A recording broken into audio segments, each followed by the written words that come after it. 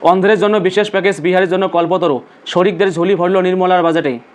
চন্দ্রবাবু নাইডু এবং নীতিশ কুমারের দাবি মানতে বাধ্য হলো মোদী সরকার। জোট শরিক চন্দ্রবাবু নাইডু এবং নীতিশ কুমারের চাপের কাছে অবশেষে নথি স্বীকার করল কেন্দ্রের নরেন্দ্র মোদী সরকার। কেন্দ্রীয় বাজেটে অন্ধ্রপ্রদেশের জন্য বাড়তি অনুদান ঘোষণা করেন অর্থমন্ত্রী নির্মলা সীতারমণ। একই সঙ্গে বিহারের জন্য একাধিক প্রকল্প ঘোষণা করেন।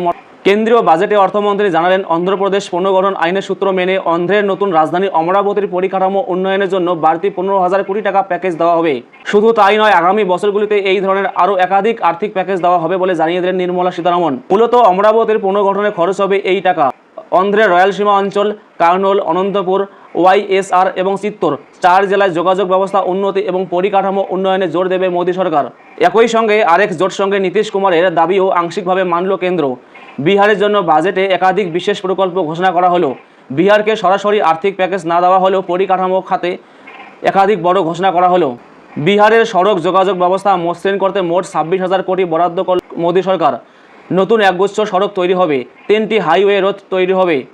বিহারে 2400 মেগাওয়াট পাওয়ার প্ল্যান্টেরও ঘোষণা করলেন নির্মলা। একই সঙ্গে নতুন বিমানবন্দর, মেডিকেল কলেজ এবং নতুন স্টেডিয়াম তৈরি হবে। শুধু বিহারের জন্য বন্যা নিয়ন্ত্রণে 12,500 কোটি টাকা বরাদ্দ করা হচ্ছে। এর পাশাপাশি গয়ার বিষ্ণুপদ মন্দির করিডর তৈরি হবে কাশী বিশ্বনাথ করিডরের ধাঁচে। বুদ্ধগয়ার উন্নয়নে বাড়তি বরাদ্দ করা হবে।